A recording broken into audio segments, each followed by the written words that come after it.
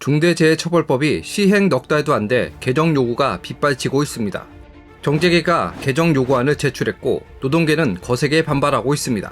중대재해법은 상시 노동자 50인 이상이거나 공사 금액이 50억 원 이상인 사업장에서 사망 등의 재해가 발생하면 안전확보 의무를 위반한 사업주 또는 경영 책임자를 처벌할 수 있도록 규정하고 있습니다. 중대재해법이 만들어지게 된 배경은 경영 책임자에 대한 솜방망이 처벌로 인해 산재 사망 사고가 반복되는 것을 막기 위한 것입니다. 하지만 중대재해법 시행 이후에도 반복되는 산재 사망 사고를 막지 못하고 있습니다. 중대재해처벌법이 자체와 내용적으로도 그렇고 구성 체계적인 면에서도 많은 문제가 있어서 그냥 놔두면 큰일 나겠다. 즉 어떤 법리보다는 처벌 위주의 자의적인 법 집행이 만발하겠다라는 그런 생각에서 최근 중대재해처벌법 책을 출간한 정진우 서울과학기술대학교 안전공학과 교수를 만나 중대재해처벌법의 문제점과 해결 방안에 관한 이야기를 들어봤습니다. 중대재해법이 시행된 지 100일이 지났지만 여전히 실효성을 놓고 의문이 제기되고 있습니다. 정진우 서울과학기술대학교 안전공학과 교수는 중대재해법은 안전에 대해 반짝 관심을 갖게 하겠지만 진정성 있는 안전 역량 강화로 이어지기는 어렵다고 봤습니다. 중대재해법은 산업안전보건법에서 처벌만 강화한 것이라며 중대재해 문제 해결을 위한 고육지책에 불과하다고 주장했습니다. 대기업을 중심으로 또 이 안전에 대해서 여러 가지 투자, 관심은 많아진 것은 사실입니다. 그런데 이제 문제는 그게 이제 실질적인 어떤 관심이냐 또는 실질적인 투자이냐라는 점에서 보면은 그렇지 않다라는 부분이 많이 지금 발견이 되고 있습니다. 예를 들면은 그 안전부서 또는 안전 관계자의 인원을 늘리긴 하는데 그게 어떤 현업부서의 사람을 빼가지고 안전부서의 인원을 늘리다 보니까 결국은 정작 안전을 이행하고 실천할 사람들을 줄이고 안전에 대해서 어떤 보좌 역할을 하는 그런 사람들의 인원을 늘리는, 즉 밑돌 빼서 윗돌을 개는 아이러니컬한 일들도 벌어지고 있고, 형사처벌, 회피하기 위한 그런 목적의 투자가 중심이 되다 보니까 어떤 실질적인 안전에 도움이 되기는커녕 현장에 맞지 않는 그런 대책들이 양산되고 있다는 점에서 중장기적으로 좀 부작용이 커질 것 같습니다. 가장 논란이 되는 부분은 경영 책임자의 안전보건 확보 의무와 관련한 중대재해법 4조 1항에 사업주가 실질적으로 지배, 운영 관리하는 사업장이라는 문구입니다. 원청, 하청업체 간의 책임을 규정하기 위해선 실질적인 사업주가 누구인지 명확해야 하지만 이를 알기 어렵다는 점입니다. 정 교수는 중대재해법이 산업안전보건법과 중복되는 부분이 많고 일부는 의무부과 대상이 달라 수범자 입장에서 어떤 법을 따라야 할지 종잡을 수 없다고 지적했습니다. 산업안전보건법에 있는 상당수의 내용이 중처법에 거의 그대로 가져왔는데 그러다 보면은 결국은 수범자 입장에서는 이 산업안전보건법을 지켜야 할지 중대재해처벌법을 지켜야 할지 굉장히 헷갈리게 되는 거고요. 대표적인 예가 산업안전보건법에서는 하청한테 의무를 부과하고 있는데 중대재해처벌법은 원청한테 의무를 부과하고 있습니다. 또 거꾸로 산업안전보건법에서는 원청에게 의무를 부과하고 있는데 중대재해처벌법에서는 하청에게 의무가 있는 것처럼 또 해석되는 부분도 있습니다.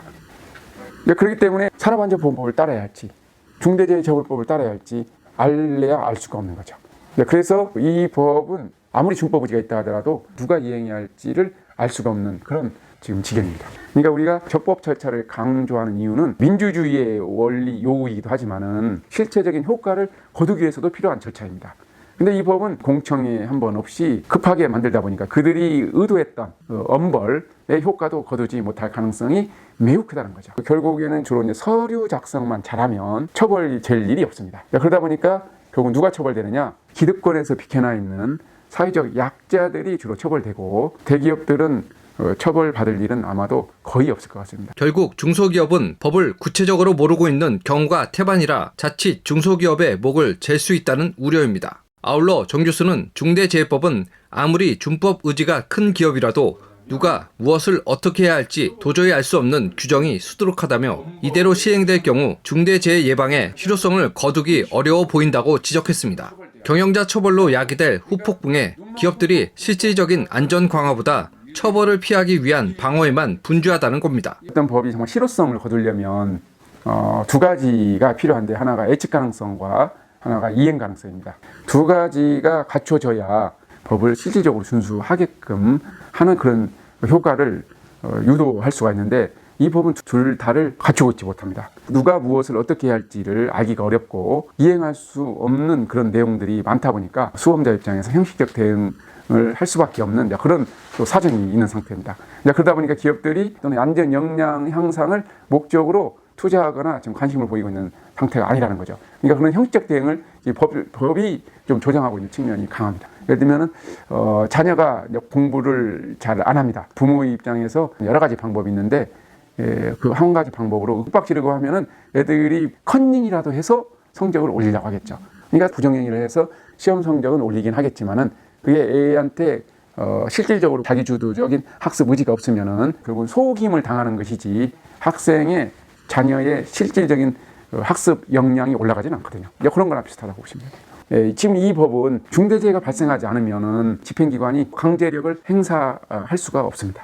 권고 정도는 할 수 있지만은 기업 입장에서는 그걸 따라야 할 의무가 전혀 없습니다. 그래서 이 법은 처벌에 주안점이 두어져 있는 법이라고 하는 겁니다.